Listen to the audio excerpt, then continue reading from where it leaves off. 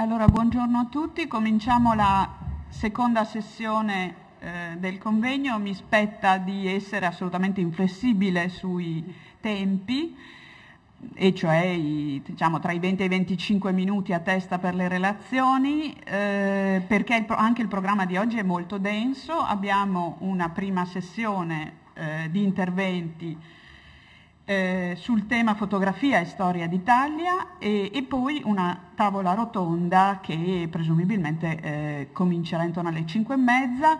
Avremo quindi un break in giardino come questa mattina verso le 5. Allora cominciamo subito questa sessione. Vorrei solo per un attimo riprendere il bel percorso che ci proponeva questa mattina Luigi Tommasini sulla storia in qualche modo dei rapporti tra storiografia e fotografia, per dire che mi trovo d'accordissimo appunto con il tipo di percorso che ha rintracciato, anche come dire sull'ottimismo finale, sul fatto che oggi le cose sono molto articolate e anche il panorama italiano mostra di non essere, dal punto di vista degli studi appunto di storia della fotografia, particolarmente arretrato, come dire, rispetto ad altre realtà. Però vorrei anche dire che è anche vero che fino a tempi molto recenti gli storici, parlo degli storici tout court come sono io, hanno magari riflettuto e hanno lavorato dal punto di vista metodologico sulle fonti visuali, ma le hanno molto poco utilizzate alla fin fine, se non con dei casi eccezionali. Forse citava Bigatti, mi pare, questa mattina Tommasini. E oggi invece credo le cose da questo punto di vista stanno cominciando a cambiare, nel senso che sempre di più gli storici cominciano ad accorgersi di questo enorme patrimonio documentario che abbiamo di fronte a noi e che è a dir poco insomma, sottoutilizzato, e quindi a rivolgersi di più ad utilizzare maggiormente le fonti visive e anche, questo è un altro aspetto che veniva fuori interessante dalla relazione appunto di Tommasini, a mettere a fuoco problemi legati alla cultura visuale, alla storia della visione, che è un altro ambito. Si potrebbe forse dire che se negli ultimi 15 anni la storiografia, parlo soprattutto dell'Italia in questo momento, si è sempre più abituata e ha avuto una maggiore consuetudine, diciamo, con le fonti, ad utilizzare le fonti da un lato letterarie e dall'altro le fonti della soggettività, ora mi pare sempre più si apra, come dire, una stagione delle fonti visive, visuali, non soltanto ovviamente la fotografia, ma anche altri. Allora un'occasione come quella di oggi è ovviamente molto importante, è un'occasione estremamente multidisciplinare, e questo è anche un grande valore dell'iniziativa, di cui dobbiamo appunto, vorrei ringraziare Giampiero Brunetta e Alberto Zotti appunto dell'occasione che ci hanno dato. Abbiamo organizzato, e con questo poi cedo subito la parola ai relatori, l'anno scorso insieme anche a Brunetta e Zotti un grosso convegno a Padova che si intitolava La società dello sguardo, ricerche di storia della visione tra 8 e 900, in cui appunto ad un call for paper internazionale hanno risposto molti giovani, molte ricerche appunto, come dicevo, incentrate su fonti di tipo visuale o su problemi di storia della visione. Quindi siamo in un momento favorevole per questo tipo di studi. È anche vero però che il parterre di oggi non è un parterre di storici, nonostante si parla, o meglio no, tranne da Utilia, ma vedremo con una qualche eccezione da un certo punto di vista. Parliamo di fotografia e storia d'Italia, abbiamo una serie di studiosi che hanno lavorato molto sul tema dei rapporti appunto tra fotografia e storia. Il primo Gabriele Dautiglia insegna a Teramo, da molti anni si occupa di appunto fotografia e storia e tra l'altro credo stia pubblicando, sta uscendo proprio in questi giorni un suo volume di storia della fotografia italiana. Ricordo anche di recente, perché così mi ha colpito, mi sembra un'iniziativa anche molto originale, una bella mostra sulla fotografia di famiglia al Vittoriano. Allora gli cedo la parola per questa relazione fotografia, storia e storie. Grazie. Sì, leggerò l'intervento per stare nei tempi. Allora, innanzitutto consentitemi una breve nota biografica. Ho iniziato a occuparmi di fotografia da storico dopo un'esperienza sul film di montaggio presso l'Istituto Luce e poi ho codiretto con Giovanni De Luna una collana di volumi fotografici sulla storia d'Italia per gli Editori Riuniti e poi per una opera per Einaudi sulla storia d'Italia. In ognuno di questi lavori, e bisogna dire che gli storici, pur con significative eccezioni, per gli storici spesso non c'è differenza fra fotografia e cinema non fiction, perché quello che conta è il contenuto. Ho cercato, diciamo così, di portare la fotografia alla storia. Poi a un certo punto ho iniziato a portare la storia alla fotografia, affrontando la questione da un punto di vista metodologico e poi di recente attraverso la narrazione storica. Quindi vorrei partire dall'ultima fase di questo percorso e soffermarmi sul problema che ritengo cruciale dell'incontro tra metodo storico e fotografia, in funzione di una storiografia specificamente fotografica. Allora, nel corso della sua vicenda, iniziata addirittura con Daguerre, la storiografia fotografica non è riuscita, per così dire, a istituzionalizzarsi. Storici della fotografia sono stati gli inventori, conservatori, fotoamatori, collezionisti, una pratica che ha riguardato tutti i paesi occidentali fino a metà del Novecento e poi da noi è durata anche fino a tempi relativamente recenti. E del resto anche i loro lettori non erano poi così diversi, erano portatori di una cultura tecnica o critico-artistica, entrambi distanti da quel genere di cultura umanistica che ha tradizionalmente ispirato gli studi storici. Questi ultimi, d'altra parte, si sono mostrati piuttosto disattenti alle immagini, anche nella loro veste nobile di opere d'arte. In effetti, solo da pochi anni la storiografia fotografica ha iniziato a emanciparsi da un'idea moderna, lo dico tra virgolette, di fotografia nata negli anni 30 del Novecento, per iniziativa di Beaumont Newell, il curatore del MoMA di New York, che considerava l'immagine ottica come un oggetto d'arte e la sua storia come una successione di invenzioni stilistiche condizionate dalle novità tecnologiche, un modello talmente tenace da influenzare anche le numerose collezioni museali nate nel corso del secolo. Questo approccio, oltre a ignorare le fotografie a cui non fosse riconosciuto un valore estetico, escludeva l'analisi dei contenuti, degli usi e della diffusione e fruizione delle immagini. Nella critica, come nella storiografia successiva, il lavoro di Newell è stato celebrato oppure ripudiato. Più utile è cercare di individuare gli effetti della sua influenza, come hanno fatto alcuni studiosi. Presenze e assenze nei lavori storici hanno cause diverse: scarsità delle fonti, attenzione prevalente a certe aree geografiche, spesso coincidenti con quello che una volta era il mondo industrializzato, teorie dominanti. E poi c'è stato, in ambito fotografico, e c'è persino oggi, un certo nazionalismo, forse una sopravvivenza della storiografia ottocentesca, fatta di storie che tendevano a dimostrare la primazia dell'invenzione. Nel 1839 era ancora vitale in Francia la generazione che aveva subito la battaglia di Trafalgar. Queste prime storie erano soprattutto e inevitabilmente storie di tecniche.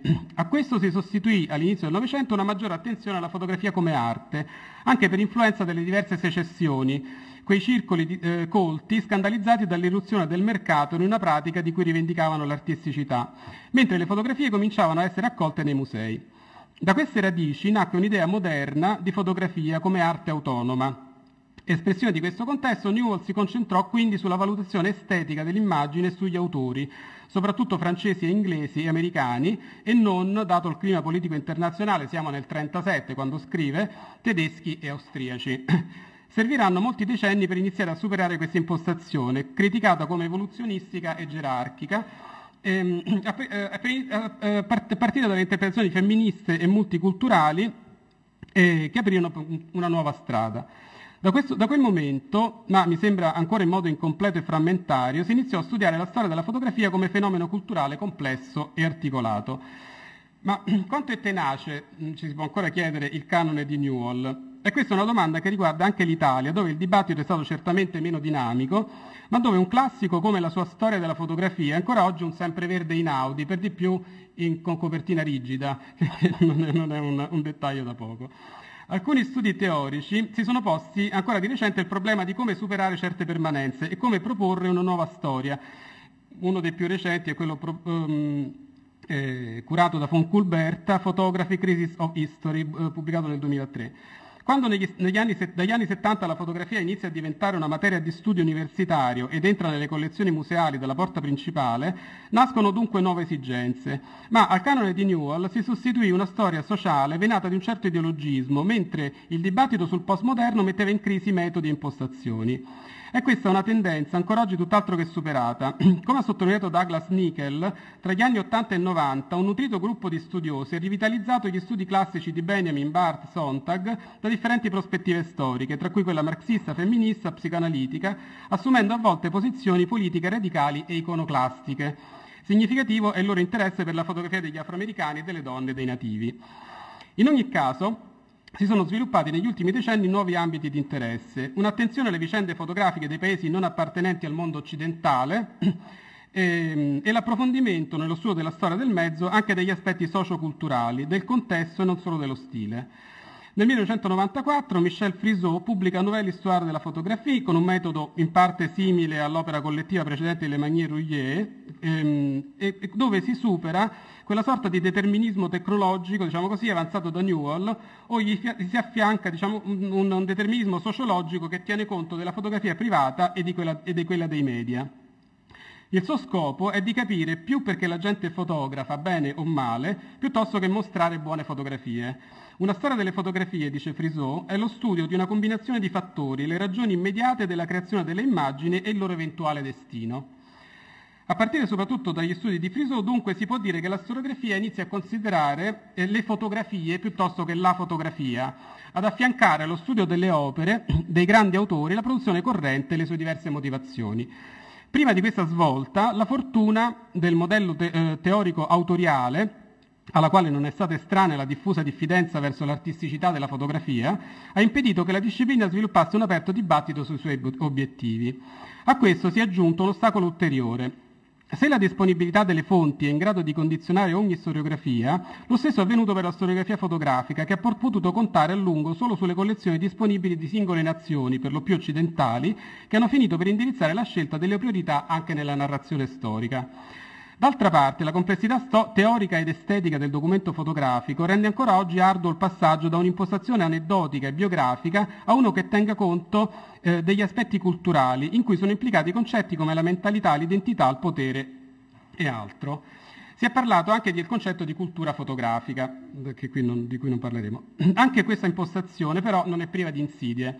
Il volume Photography and its Critics, a Cultural History, che si occupa del periodo 1839-1900 di Mary Warner Marion, è del 1997 e analizza la fotografia come simbolo del progresso e della modernità. Così fu l'idea di fotografia che si formò al XIX secolo. Sul piano metodologico, questa impostazione non ritiene di dover distinguere tra fotografia come arte o come oggetto di uso sociale e cerca di inserire il fenomeno nelle scienze umane. L'autrice sottolinea come, negli anni da lei considerati, la storiografia fotografica abbia preso posizioni difensive, proprio come la stessa produzione fotografica, e questo non solo per il senso di inferiorità nei confronti dell'arte, ma anche per la difficoltà, dice, di governare e definire il suo significato sociale. Questo è un primo punto importante. Mi sembra che alcuni autori, anche recenti, abbiano enfatizzato, ad esempio, il rapporto della fotografia con il potere per motivi non dissimili. Vedere la fotografia come strumento di egemonia dell'Occidente fornisce una griglia interpretativa rassicurante che mostra i suoi limiti anche se fornisce una prospettiva nuova per affrontare il fenomeno fotografico. John Tagg, in The Burden of Representation, Essays on Photographies and Histories dell'88, guardando a Foucault, traccia un quadro sul rapporto della fotografia con il potere e mostra le complesse relazioni tra rappresentazione, conoscenza e ideologia. Per fare questo deve affrontare temi come la creazione del significato nella fotografia, la sua utilità sociale e i contesti istituzionali in cui viene prodotta e consumata, tutti elementi estremamente utili alla comprensione della sua storia.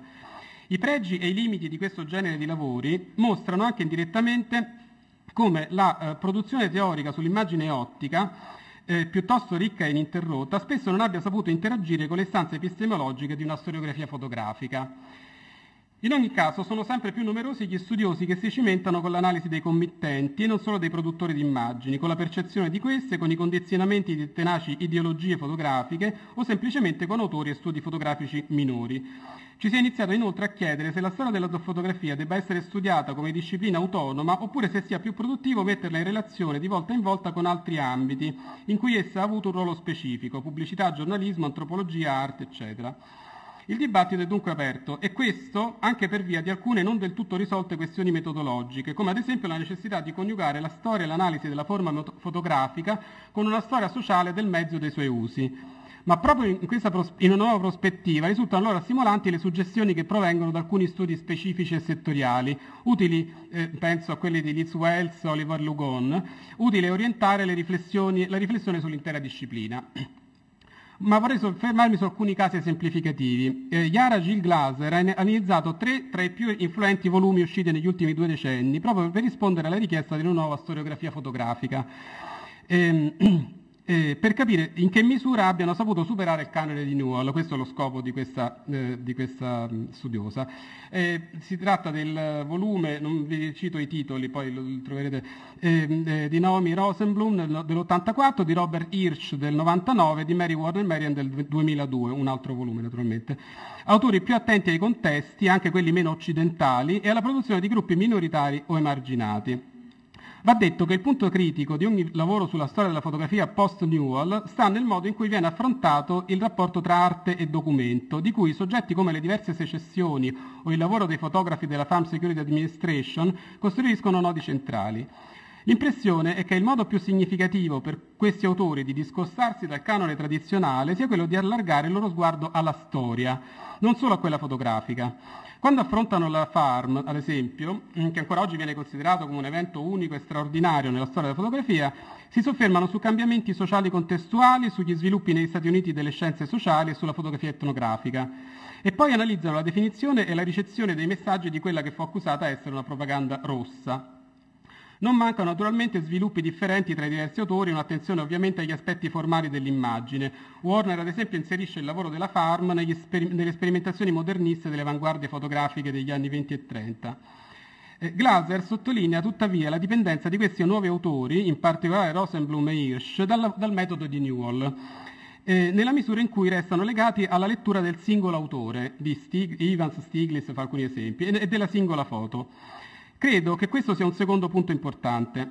Pur allargando lo sguardo al contesto e anche alle suggestioni metodologiche di diverse discipline, resta il problema di doversi confrontare con un oggetto che è anche opera di una personalità creativa e esso stesso un insieme di segni significanti, dalla cui lettura è difficile prescindere.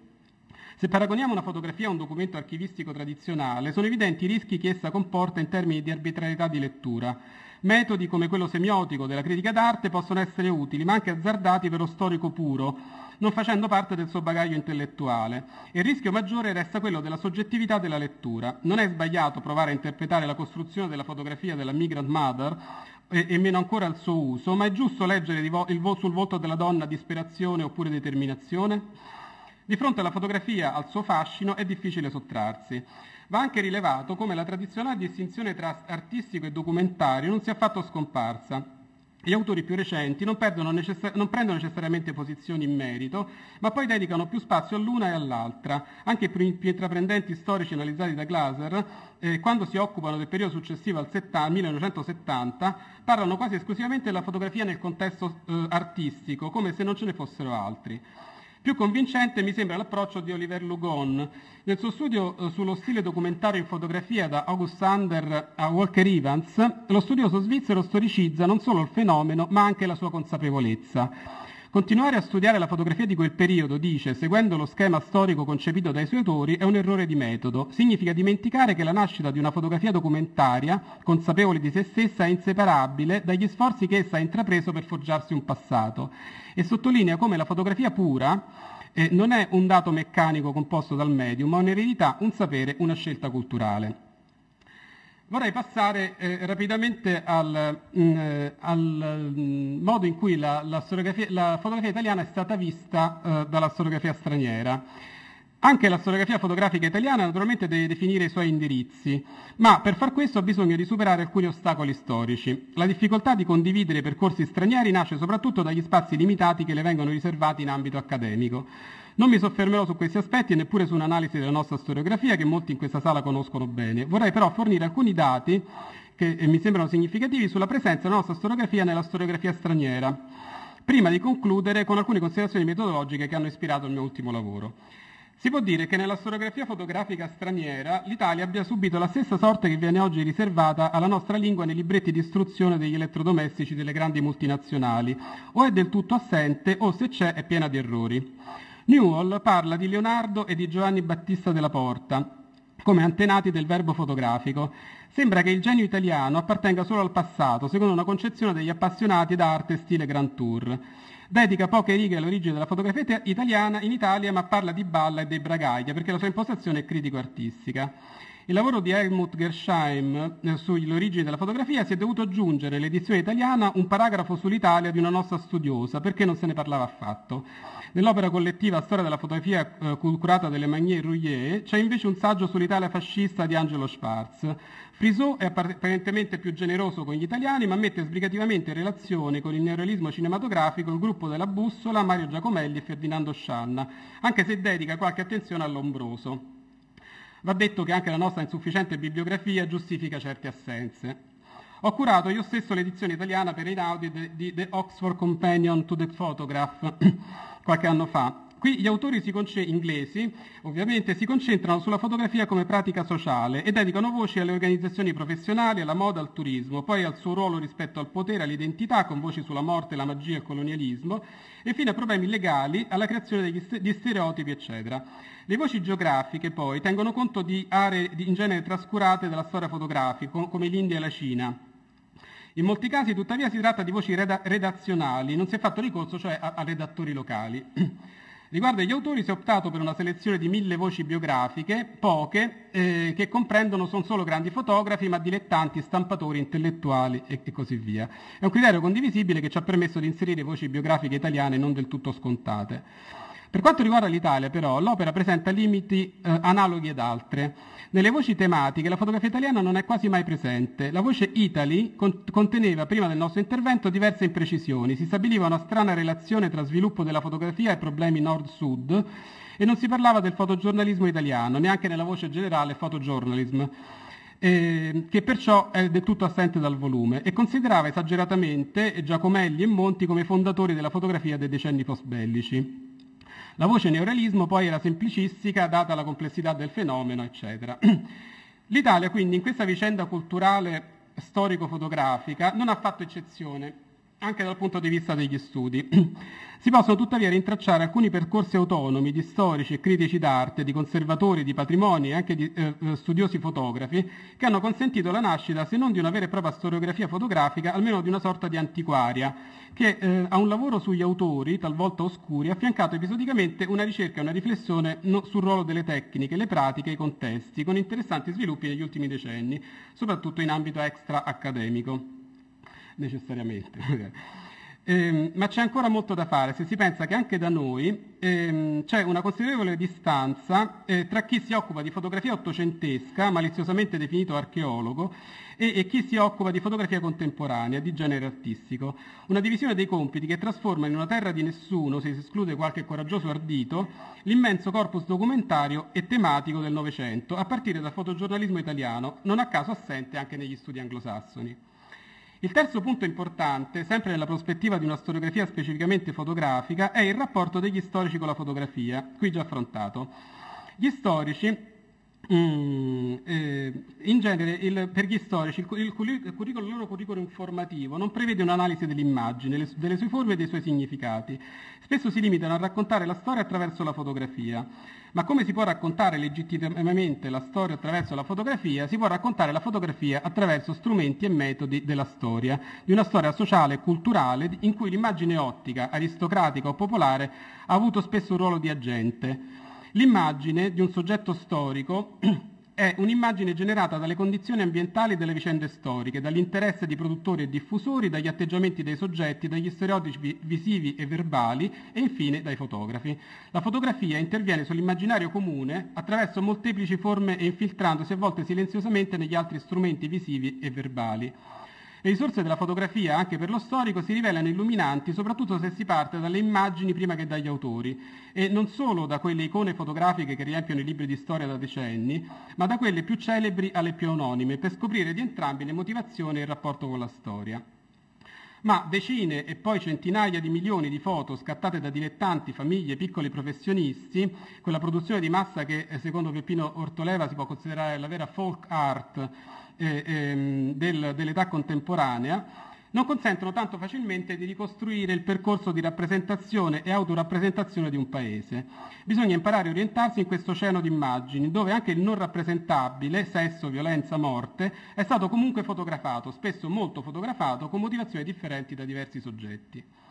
Per sviluppare il mio lavoro sulla fotografia italiana, e sto concludendo, ho cercato dunque di affrontare alcuni problemi che qui vorrei solo segnalare. Per un approccio storico, la fotografia pone problemi diversi rispetto ad altri oggetti di storia. Le fonti più significative sono spesso le stesse fotografie.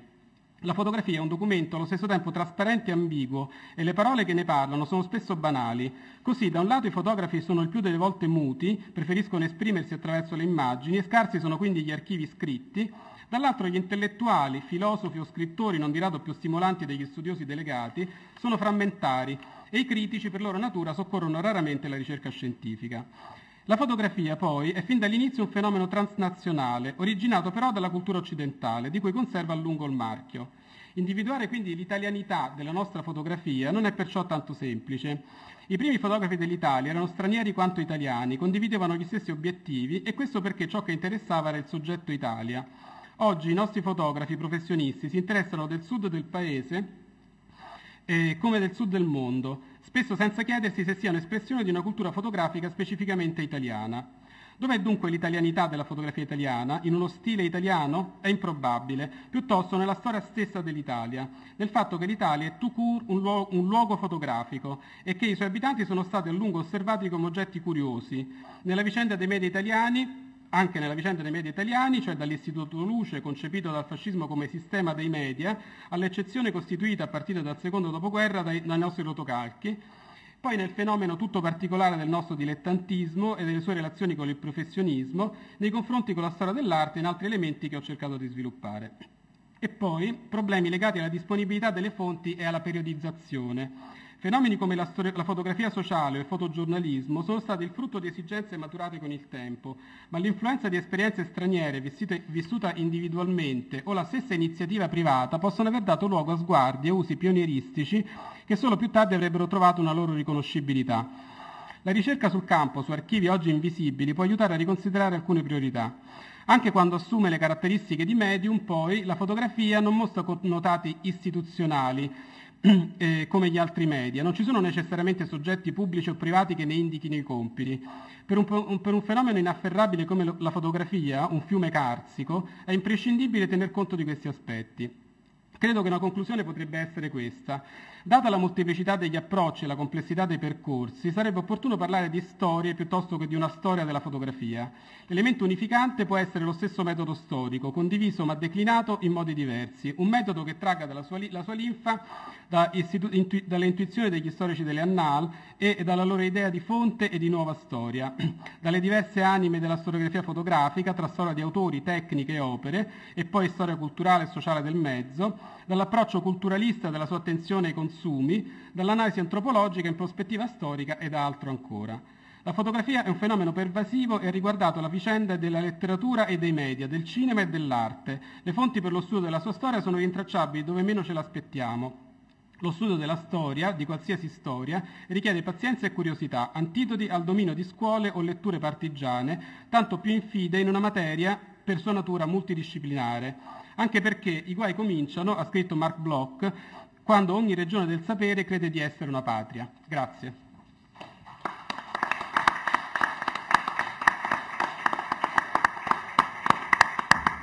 Grazie a Gabriele D'Autiglia, al suo percorso metodologico molto interessante sulla nuova storia delle fotografie.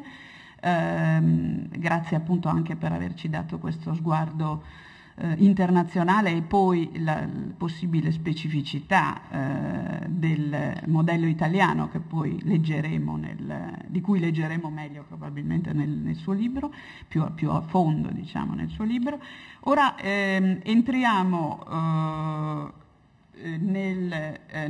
maggiormente diciamo in un discorso forse non più metodologico ma anche nello specifico appunto dei rapporti tra fotografia e storia d'Italia con Raffaele De Berti che ci parla della settimana del mondo su 1 metro quadrato di carta, la fotografia in il secolo illustrato tra la fine degli anni 20 e gli anni 30. De Berti insegna storia del cinema credo, a Milano e si è occupato molto di rapporti tra cinema e altri media e società, quindi esattamente in questa intermedialità di cui abbiamo anche parlato parecchio questa mattina. Gli cedo la parola. Grazie. Anch'io cercherò di leggere e seguire poi anche con le immagini in modo da cercare di stare strettamente nei tempi. Nel mio intervento cercherò di analizzare, procedendo inevitabilmente per casi esemplari, il ruolo centrale svolto dalla fotografia nel periodico Il Secolo Illustrato, pubblicato dalla casa editrice Rizzoli dal 1927 fino al 37-38, diciamo gli esempi che farò. Come è noto, Il Secolo Illustrato, insieme ad altre testate come Il Secolo XX, passa di proprietà proprio nel 1927 da Rizzoli a Mondadori. La rivista è stampata con i moderni procedimenti rotacografici che consentono di stampare su carta, anche di scarsa qualità, un grande numero di fotografie con buoni risultati di qualità.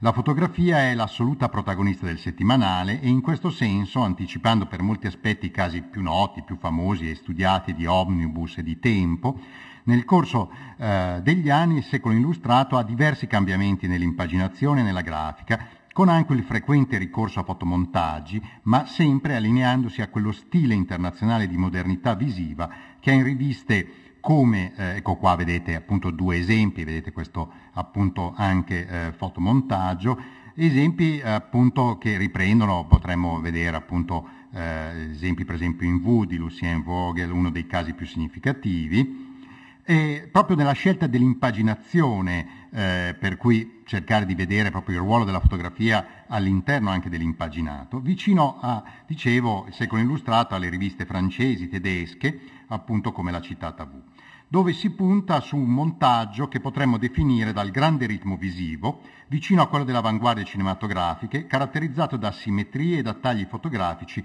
montati a ventaglio. Per questo ecco che c'è una relazione stretta fra cinema, fotografia, impaginato, proprio in un sistema intermediale a cui bisogna inevitabilmente fare riferimento. La citazione che ho inserito nel mio titolo, La settimana del mondo in 1 metro quadrato di carta, è ripresa proprio da un articolo autocelebrativo firmato da Luigi Garrone e pubblicato nel numero del 30 luglio del 32 del Secolo Illustrato, con il titolo Un giornale in roto, la settimana del mondo su 1 metro quadrato. Il testo, corredato da numerose fotografie della tipografia di Rizzoli dove si stampava il settimanale, dopo una premessa generale sul processo appunto di rotocografia, passa a definire appunto e a chiarire meglio quali sono i processi di costruzione di un settimanale del tempo e più in generale soprattutto di un rotocalco che a partire dalla seconda metà degli anni 20 inizia a formarsi. E qui vediamo proprio la pagina del giornale che ci mostra proprio la lavorazione. Dice Garrone: certamente al processo tecnico si deve in gran parte il successo delle riviste di questo genere, a cui appartiene anche Il Secolo Illustrato, ma ad esso si collegano altri elementi, logicamente affini a quelli che costituiscono il successo dei grandi quotidiani. Affini, ho detto, non identici, Infatti il quotidiano deve informare il pubblico, il settimanale illustrato lo deve interessare e divertire, documentando e commentando l'attualità con l'immagine fotografica. Ricordo un caso, diciamo, di quotidiano, per stare nell'ambito milanese che anche meglio conosco, quello dell'Ambrosiano, dove appunto si usa ampiamente la fotografia anche nel quotidiano. Il lungo servizio di Garrone prosegue poi nel paragrafo intitolato appunto Tutto il mondo in una stanza, dove sottolinea l'importanza dell'uso della fotografia. Se ne ricevono 200, 300, forse di più ogni giorno. Ad ogni 24 ore i tavoli si riempiono di visioni e panorami variatissimi. È il mondo che ci passa dinanzi agli occhi, immagini che ci vengono da ogni regione, ritratti di personalità politiche, disastri automobilistici, girls, atleti, protagonisti di cronaca nera, paesaggi, congressi. Tutto quanto ha interessato la cronaca, dall'ultima regina di bellezza all'uomo con la barba più lunga del mondo, dal nuovo ministro all'inventore della miglior trappola per le mosche. Un po' di tutto, insomma, in questo caos di argomenti, in questo intrecciarsi e accavallarsi continuo di temi, il redattore del giornale illustrato deve orientarsi per scegliere sagacemente quello che può interessare la maggioranza del pubblico. Questa è la famosa sensibilità giornalistica. Ecco, ulteriore passaggio, appunto, il giornalista che deve anche scegliere le foto e non può prescindere dal scegliere gli argomenti da presentare sulla stampa anche la documentazione fotografica che ha a disposizione. Nel senso, prosegue Garrone, che il settimanale illustrato deve dare, concentrato, il sapore degli avvenimenti mondiali che da 7 giorni bollano nel pentolone dell'attualità e scegliere per offrire in poche pagine un riassunto esauriente della settimana, cercando in una forma delicatissima di equilibrare l'importanza dell'avvenimento con il suo carattere di illustrabilità. Cosa che non sempre capita. Il lettore spesso ignora gli sforzi che si compiono per questa dosatura degli argomenti, per dare con buone e giuste prospettive il panorama della settimana, quando su un fatto di interesse mondiale ci vediamo arrivare 2 o 3 scarse fotografie e qualche dozzina o agenzie americane per le gambe più belle del Nicaragua. Ed ecco l'impaginatore accingersi all'impresa. Il bravo impaginatore deve pensare che ogni pagina, prima di essere letta, viene veduta. Spesso il taglio di una fotografia è sufficiente a trattenere l'attenzione del lettore e affezionarlo, diciamo così, all'argomento. Di qui la cura per servire la materia al lettore con un'armonia, un'architettura viva e originale della pagina.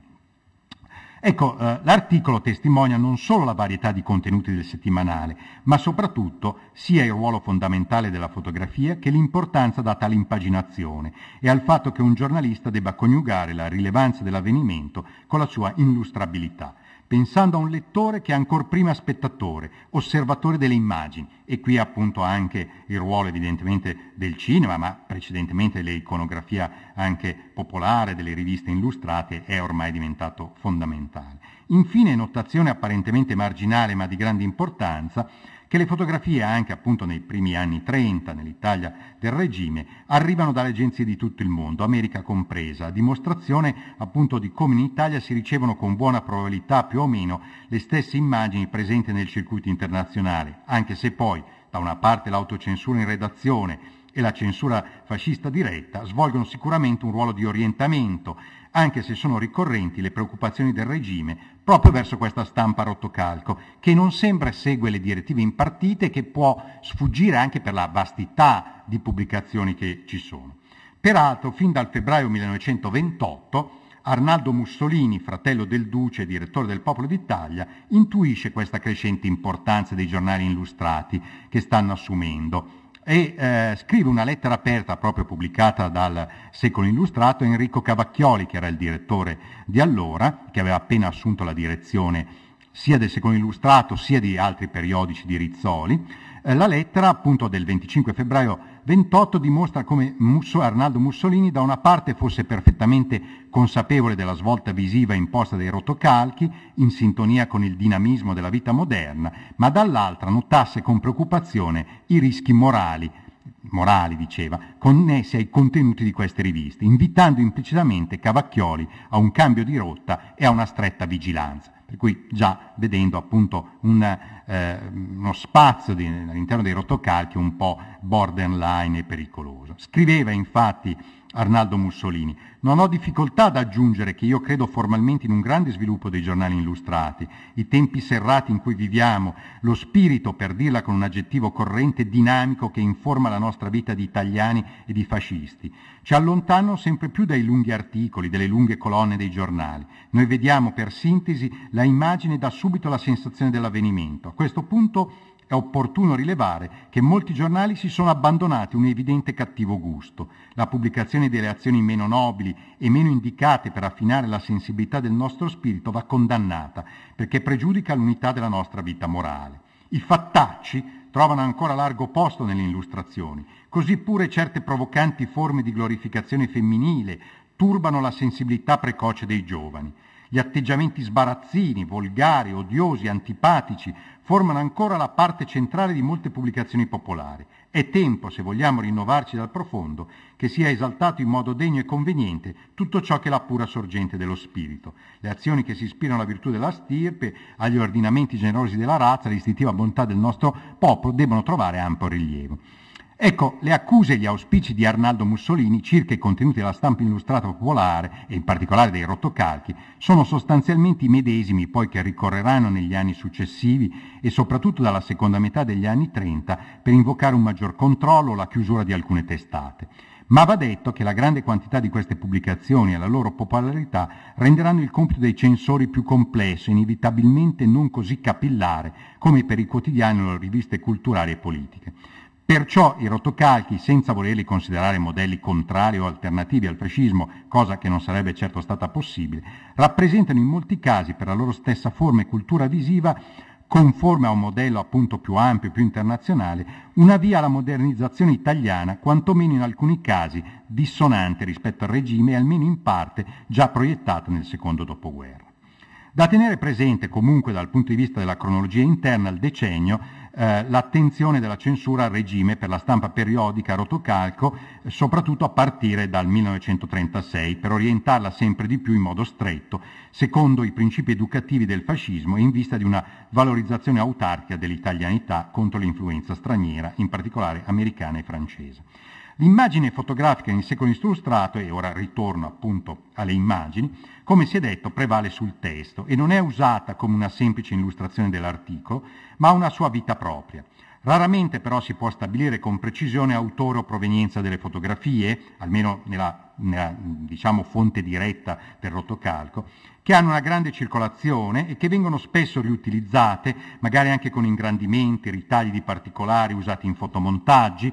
Non mancano, pur limitati casi di immagini, probabilmente scattate per la redazione direttamente da Rizzoli. Stabilita l'importanza della forma e dello stile adottati dalla rivista, anche se purtroppo appunto in modo molto sintetico, passiamo a vedere nel merito quali fotografie vengono utilizzate. Definito appunto come genericamente settimanale d'attualità, il Secolo Illustrato al suo interno ritrova diverse tipologie di rubriche e articoli che passano dalla cronaca italiana a quella estera, dallo sport allo spettacolo, dal costume all'arte, all'architettura. Sarà poi interessante vedere gli accostamenti fra le fotografie che riguardano fatti nazionali e internazionali. Da notare come sia praticamente assente la fotografia pittorica, o ci siano degli echi, ma insomma non ci sia una dimensione importante, e abbia dominio appunto quella più della fotografia del reportage. Nel tempo variano i nomi delle rubriche interamente fotografiche, per cui si passa da riflessi di avvenimenti italiani nel 1927, e che vediamo le imprese aviatorie, per esempio Balbo, De Pinedo, poi altre immagini di vario tipo, a proiezioni della settimana italiana nel 1928. Nelle pagine le fotografie sono ritagliate, allungate, in una parola si fa un vero e proprio montaggio della settimana italiana, che potrebbe ricordare anche un cinegiornale Luce, dove abbiamo immagini relative alla vita istituzionale italiana, passando appunto da De Pinedo, che passa in rassegna gli Aquilotti di Roma allo scopo di instillare nella gioventù d'Italia un amore sempre più fervido per l'arma del cielo, l'immagine di Italo Balbo in viaggio per l'Europa, Umberto di Savoia a un concorso ippico, la visita delle autorità alla Vittoria Alata, eccetera. Non molto diversa la rubrica proiezione della settimana italiana, Via Crucis, una Via Crucis, i palombari a Nemi per recuperare le navi, cerimonie di premazione. In fondo fotografie di repertorio che poco ne aggiungono al già conosciuto, ma però non mancano, stando al 1928, anche immagini più interessanti, dall'idea dell'Italia tranquilla che passa da una cerimonia all'altra, e le troviamo completamente però svincolate dal testo, che si trova appunto nella pagina. La pagina apparentemente parla di vita studentesca americana, ma le foto non sono assolutamente legate, questo avviene spesso, all'articolo, ma sono invece immagini di un terremoto in Carnia, che aprono come quasi un imprevisto squarcio realistico, davvero reportage, forse non a caso però annegato all'interno appunto di un articolo molto leggero e di tutt'altra dimensione. Un reportage che dimostrava appunto la distruzione avvenuta certo per avvenimenti naturali, ma anche forse sottolineava anche una certa miseria delle terre, quasi un controaltare all'ufficialità patinata delle cerimonie che invece abbiamo visto montate in tutte le altre rubriche che vedevamo precedentemente. In parte ritroviamo alcuni di questi elementi, ma comunque più, come dire, inseriti in un certo anche stereotipo, in questa bella copertina del Vesuvio. Noto sempre, è molto importante notare il montaggio, no? Ecco, siamo davanti veramente a un montaggio che potremmo dire proprio cinematografico e d'avanguardia, no? Con la moltiplicazione appunto dei piani visivi. E se possiamo vedere sulla vostra destra, credo se non mi sbaglio, una casa che c'è una foto pittorica, no? Perché c'è la luce che entra, cioè certo c'è la casa del terremoto, però è un'inquadratura molto bella, no? Molto studiata, almeno io poi diciamo su questo punto di vista lascio anche a quelli che sono più esperti di me nell'ambito proprio strettamente dell'estetica fotografica, però anche in mezzo vediamo, certo un po' in posa, però la popolazione, quasi una foto quasi antropologica al centro, insomma sotto la cerimonia del santo. Ecco, è diciamo un quadro che tutto da leggere, da studiare nella sua dimensione di montaggio e anche nelle infrazioni forse da quelli che potevano essere anche alcuni stereotipi legati appunto a questa foto. Naturalmente grande spazio nel giornale è dato dalle foto che illustrano fatti curiosi, come nella rubrica, scusate se vado velocemente ma non voglio rubare tempo e non mi soffermo più di tanto sui commenti.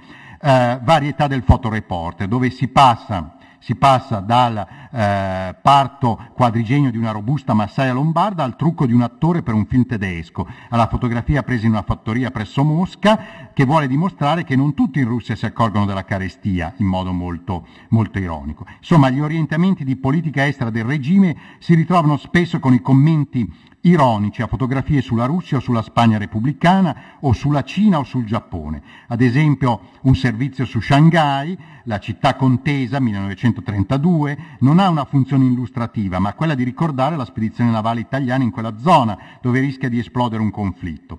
E così vado rapido per cercare di arrivare alla fine. Molti servizi fotografici di propaganda falangista contro i rossi comunisti poi si ritrovano nei numeri fra il 36 e il 39, quando la propaganda diventa molto più esplicita. Ecco un esempio piuttosto scioccante di una copertina del 37 e secondo la didascalia, è molto interessante questa didascalia perché dice una fotografia che testimonia lo strazio di un prigioniero dei rossi così trovato dalle truppe di Franco nel settore di Guadalajara, ma ci aggiunge, la foto ci è stata fornita dal falangista Arturo Quantero, mi dispiace che si è tagliata un po' male nella riproduzione.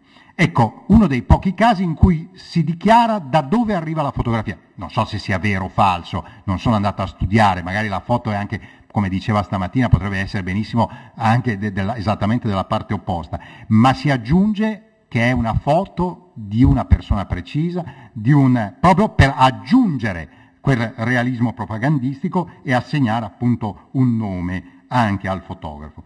È appunto uno dei pochi casi dove si dichiara. Poi c'è una polemica sulla didascalia del diacono di Canterbury che appunto era andato a visitare le zone repubblicane, ma l'ha salto per ragioni di tempo.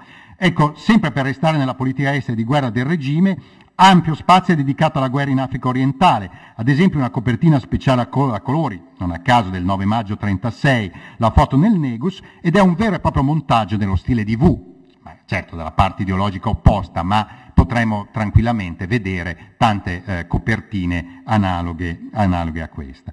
E un servizio fotografico poi su doppia pagina di Maria Cosè, Croce Rossina, ecco vedete tutto incentrato sulle appunto immagini fotografiche. Dalle immagini di guerra poi si passa a quella di un'Italia imperiale pacificata, ed ecco l'Italia nell'impero dell'Africa orientale, e unita però con immagini di altro tipo che si vengono appunto a vedere.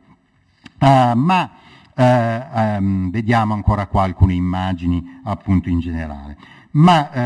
Passiamo, andando a ritroso nel tempo, anche a immagini, per esempio, questa immagine del 26 marzo 32, invece come si possa vedere le didascalie invece unite a esempi con foto di vario tipo, per capire come sia importante la contestualizzazione in queste rubriche delle foto.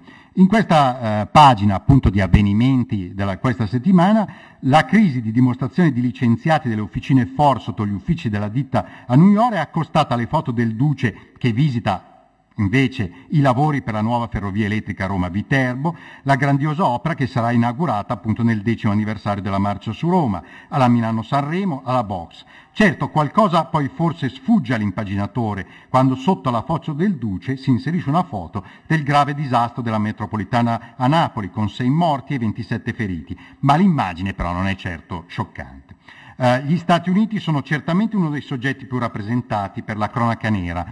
Alcuni esempi sono per esempio il famoso caso Lindbergh, che mostra un interessante fotomontaggio, oppure una copertina su un fatto di cronaca di un indiano che aveva ucciso una ragazza americana, Lupo Selvaggio, sempre appunto alla quella dimostrazione degli Stati Uniti come luogo appunto di delitti efferati, di insicurezza, opposto appunto invece alle foto di tranquillità. Nello stesso numero la tranquillità e la vita quotidiana che trascorre normale in Italia, ed ecco la foto sportiva del Principe di Piemonte nello stesso numero come quarto di copertina.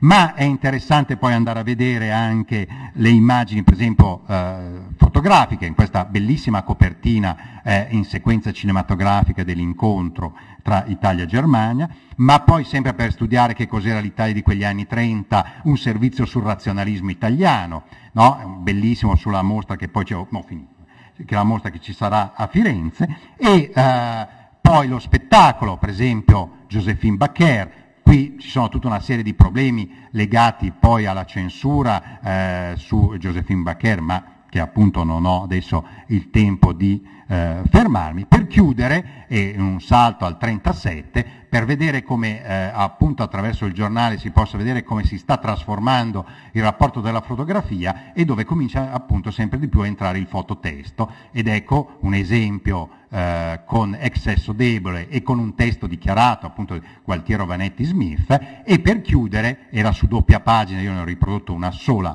pagina, di Scerbanenko, un servizio del 16 ottobre 37 sul divorzio, tragedia del matrimonio, e naturalmente si parla ancora una volta dell'America. Insomma, in conclusione, come usare questi rotocalchi e relative foto come fonti per la storia d'Italia? Credo possano dire molto, sia perché apparentemente sono luoghi meno ufficiali e perciò possono emergere strategie di comunicazione più interessanti per vedere l'immagine dell'Italia a più livelli, dalla cronaca, dallo spettacolo, alla cultura, alla politica, attraverso l'uso prevalente della fotografia. In questi giornali c'è il racconto della quotidianità degli italiani per molti aspetti, soprattutto le fotografie qui assumono un interessante ruolo perché non significano più di per sé, ma devono essere lette non solo per le didascalie, ma per le sequenze in cui sono montate e che entrano in una strategia di comunicazione più complessa con il proprio pubblico di lettori e spettatori. Necessità fondamentale, penso anche di proseguire la ricerca, è quella di lavorare in modo comparativo con le fonti di queste fotografie, con quelle del Luce, con altri archivi, e penso appunto qua ci sia un fronte aperto per meglio capire come la fotografia sia entrata in stretta relazione con gli italiani del tempo in una prospettiva di una storia culturale e sociale dell'uso della fotografia.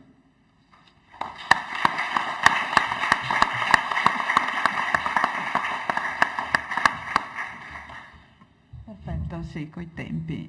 Grazie a Raffaele De Berti che ci ha immerso in quest'Italia tra gli anni 20 e gli anni 30, quindi un momento cruciale di sviluppo della cultura di massa e anche di intreccio particolarmente complesso e difficile da analizzare di modernità e tradizione, no? Come abbiamo visto in molte di queste immagini. È il momento ora di Angelo Pietro De Sole che sta facendo una ricerca per il dottorato all'Università di Padova, credo su questi temi, forse no.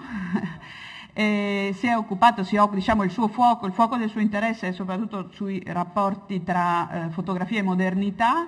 Si è occupato anche di paesaggi industriali contemporanei e oggi ci parla di il ruolo della fotografia nella battaglia per il moderno. Sì, anzi, devi venire qua? Sì. Sì.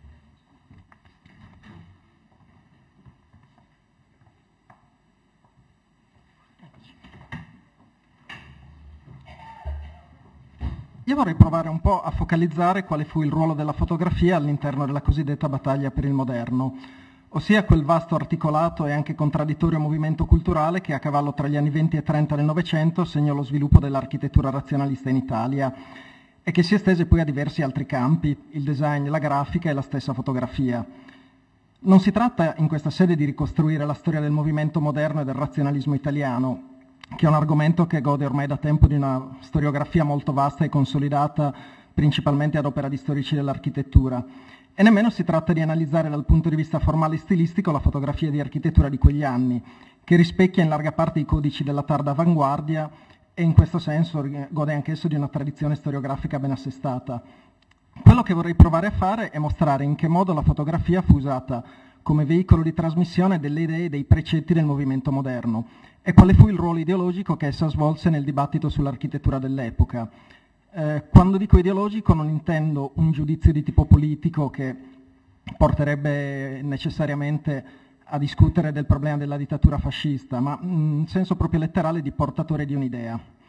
Non mi sembra azzardato dire che la fotografia fu, assieme ai grandi polemisti e teorici del periodo, il principale attore in campo nel dibattito su come si dovesse sviluppare l'architettura moderna.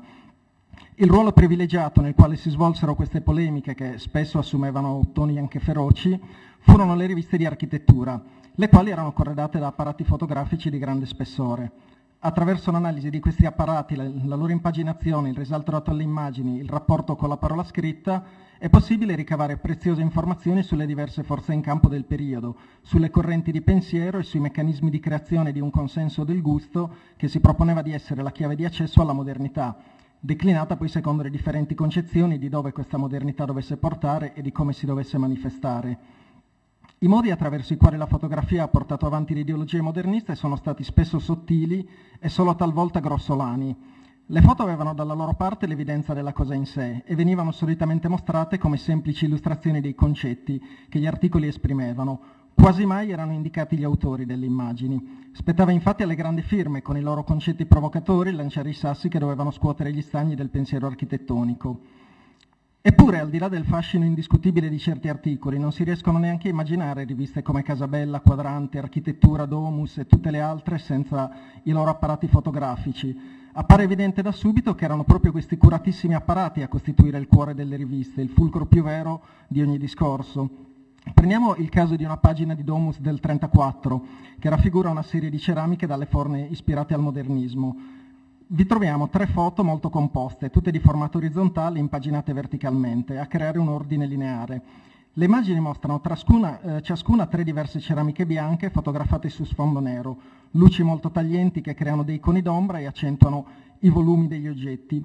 Sono fotografie di grande qualità e sono accompagnate da un breve testo in alto che recita: la manifattura di Laveno ha edito queste ceramiche, nelle quali il rigore del bianco assoluto si accompagna ad un rigore di forma in interessante armonia col carattere di arredamenti moderni. Il bianco puro è oggi nel gusto e ne simboleggia l'amore per la purità e per la semplicità. Quello che viene da domandarsi è se il testo stia descrivendo le ceramiche o non piuttosto le fotografie, tanta è la promiscuità tra i concetti e le loro rappresentazioni visive, tra la critica e l'immagine dell'oggetto. Ed è proprio su questo punto che si gioca tutto, nel rapporto tra parola e immagine, tra discorsi portati avanti con grande veemenza polemica e aperti schieramenti di campo e immagini scelte con grande cura e, come vedremo, opportunamente manipolate, le quali venivano però presentate come mera documentazione di edifici.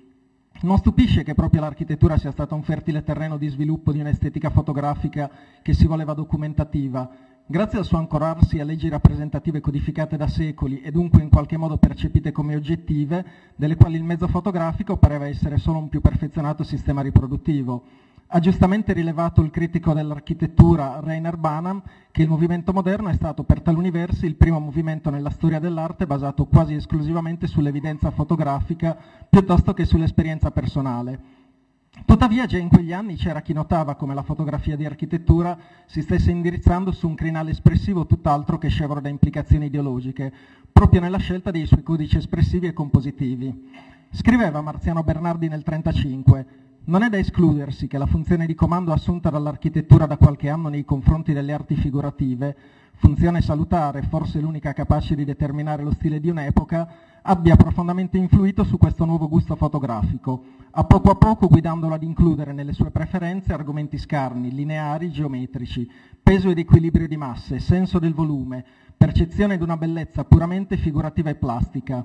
Ma anche qui, se la differenza è sottile, è indispensabile studiarsi di sorvegliarla rigorosamente, perché se un partito di pilastri, il parallelismo di una gradinata, un succedersi di armoniche curve possono fornire una suggestione architettonica anche e forse specialmente in fotografia, non è detto che un frammento di colonna, un segmento di architrave, un settore di arco per sé inducano alla medesima suggestione. In questa frase è già pienamente compreso il ruolo tutt'altro che secondario della fotografia nel veicolare suggestioni grazie al suo linguaggio fatto di tagli compositivi, di scelte luministiche e dell'uso dei contrasti in fase di stampa. Esemplare in questo senso mi sembra un articolo di Giuseppe Pagano uscito su Casabella nell'aprile del 1934. L'articolo è dedicato alla Porta Palatina di Torino ed è corredato da 4 fotografie, delle quali viene sottolineato il loro essere fino ad oggi inedite, quasi a lasciare intendere, ed è cosa probabilmente non vera, che queste foto esistessero già da tempo e che qualcuno avesse voluto celarle al pubblico. Nell'articolo Pagano celebra la spavalda onestà strutturale e la esemplare semplicità di un manufatto che parla un linguaggio duro, onesto, orgoglioso, logico, il linguaggio dell'architettura che non nasce per gioco stilistico, il linguaggio delle cose sane di tutti i tempi generate da una necessità. E tutto questo armonizza maledettamente con le più oneste cose moderne. Persino le profilature orizzontali dei grandi mattoni sembrano coniate per un rivestimento in dito ceramica e gli arconi lisci sono spregiudicati come una rivolta contro tutte le bugiarderie e sono logici come una piatta banda di cemento armato, strutturali come un pugno chiuso. È evidente qui la volontà di Pagano di lanciarsi a testa bassa contro il partito dei classicisti, di cui il massimo esponente era Marcello Piacentini. Era un partito questo che vedeva la modernità legata a un recupero delle forme della tradizione classica romana, impegnato com'era nel tentativo di identificare la grandezza antica con il presente fascista. La chiusa di questo tesissimo articolo elimina ogni eventuale dubbio residuo su dove Pagano volesse andare a parare. Vi si dice infatti che la visione di quell'architettura avrebbe dovuto dare rimorso e insonnia e vergogna a chi ancora oggi impone la retorica di un paravento nella nuova via Roma.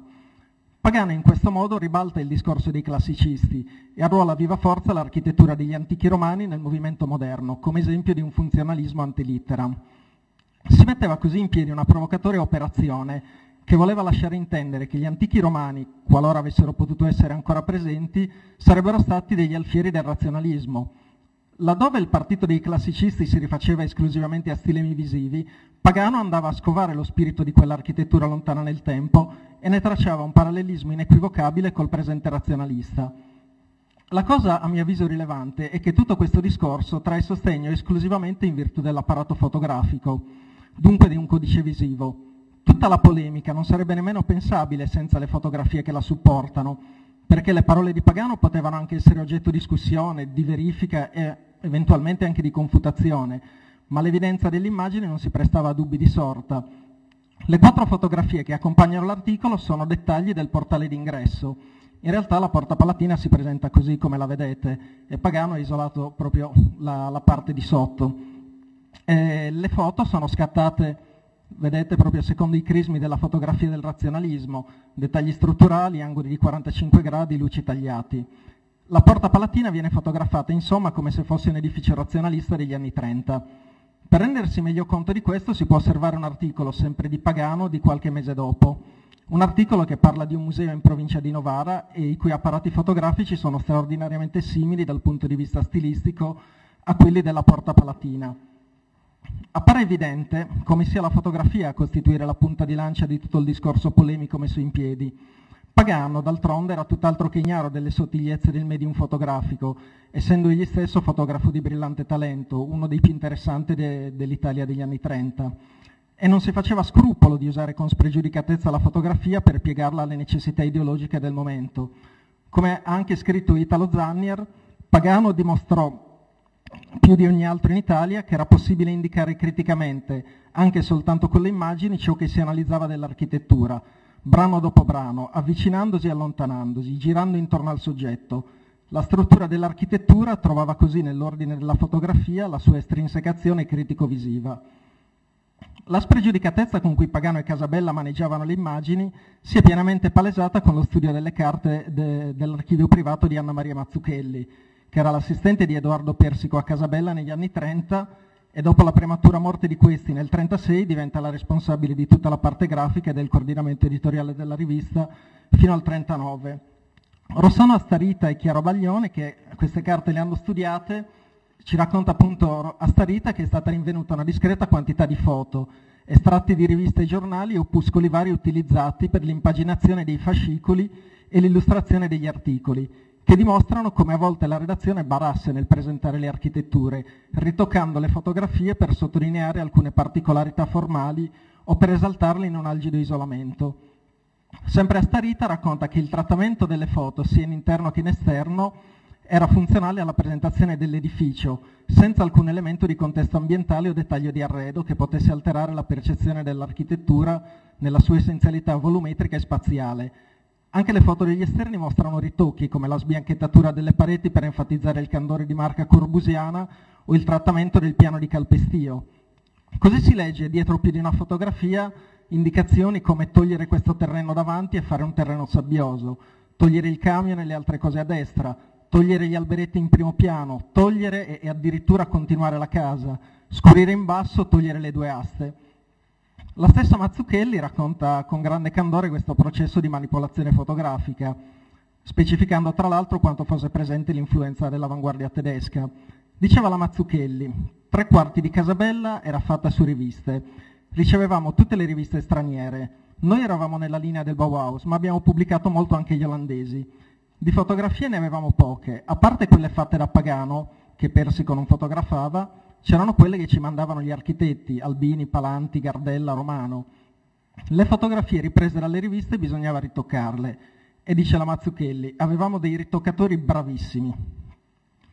L'ossessione del razionalismo per le superfici lisce, le forme pure, la pulizia strutturale, necessitava di fotografie che non solo mostrassero chiaramente gli edifici, anche a costo di intervenire con pesanti fotoritocchi, ma necessitava soprattutto di un linguaggio fotografico che comunicasse per immagini i valori plastici dell'astrazione architettonica, valori che avevano un forte fondamento visivo, come rivelato da uno scritto di Giuseppe Pensabene del 1933.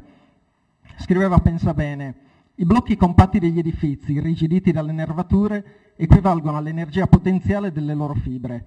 Vi è la possibilità di grandi superfici lisce, la cui bellezza sarà nella rivelazione del loro scopo. Lastre, pilastre, correnti liberamente intersecati manifesteranno tutta la schiettezza dell'immaginazione geometrica.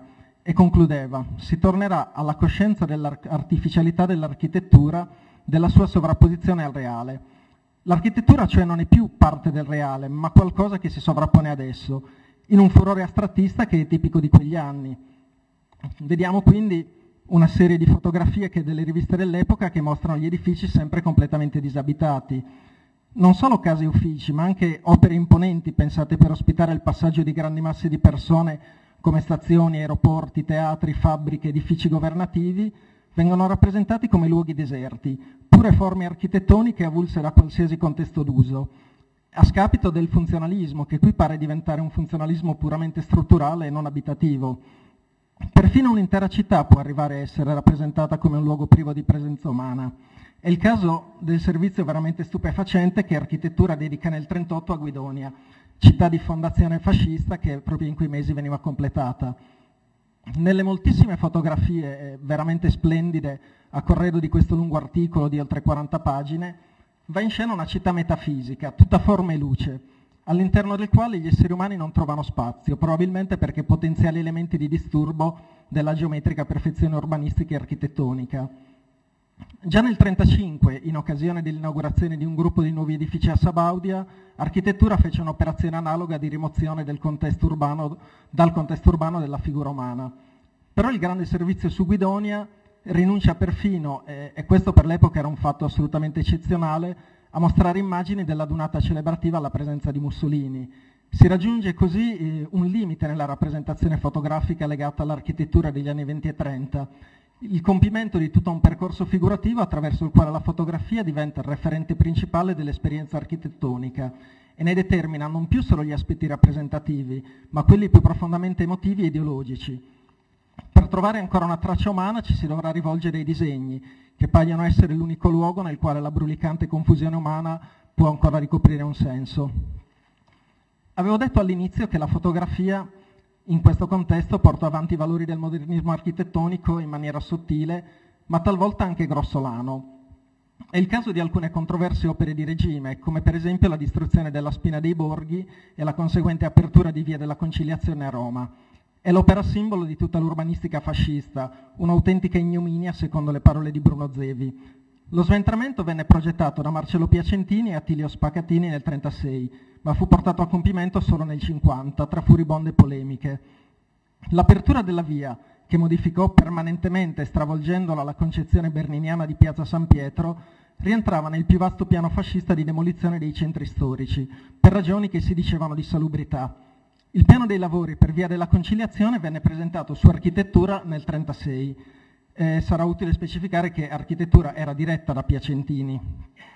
Quello che stupisce subito è la qualità degli apparati fotografici.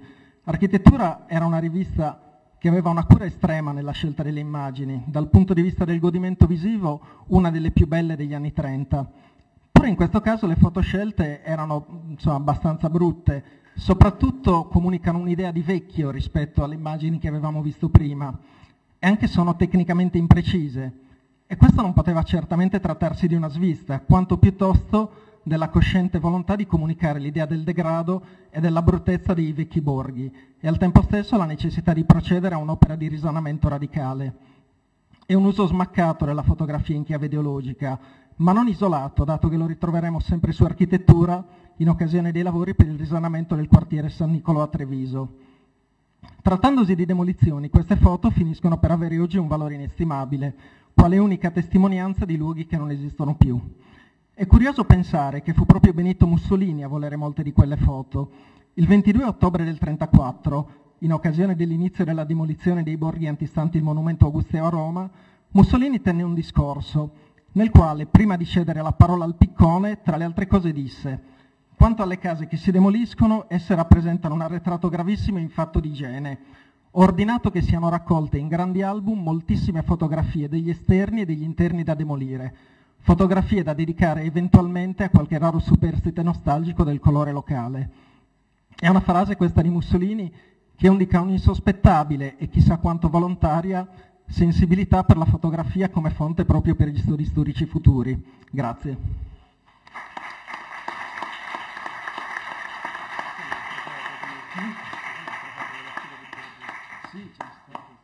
Grazie a De Sole, mi è parso davvero molto convincente questo suo discorso che ci ha introdotto in un tassello nuovo, in un certo senso, nel quadro che abbiamo visto finora, cioè la fotografia come agente attivo di trasformazione, non solo come veicolo.